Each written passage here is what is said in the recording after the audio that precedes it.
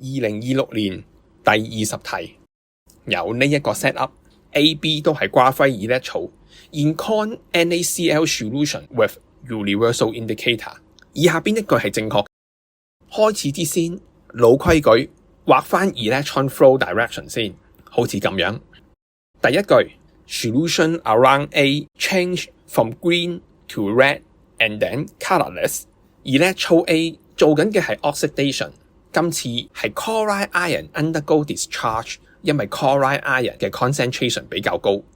根據 half equation 變成 chlorine gas， 而 chlorine gas 咧溶落水就會變成 HCl 同 HOCl 兩款 acid， 因此 around electrode A 變成 acidic environment。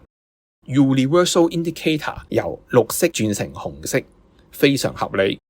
但不要忘記嘅係 chlorine 本身係一個 strong oxidizing agent， 佢有 bleaching power， oxidize 咗 universal indicator 變成 colorless compound。1號正確。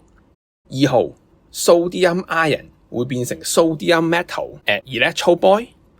sodium ion 係 weak oxidizing agent， 如果想喺 aqueous solution 入邊提取 sodium， 最少都要準備 mercury electrode， 但係今次我哋冇。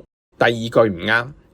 第三 electrode boil 轉成 copper electrode 之後會產生相同嘅 product。electrode boil 其實做緊嘅係 reduction。copper electrode 同 carbon electrode 最大嘅分野在於 copper electrode 係有能力 loss electron to form copper 2 ion， 但係 graphite 冇能力。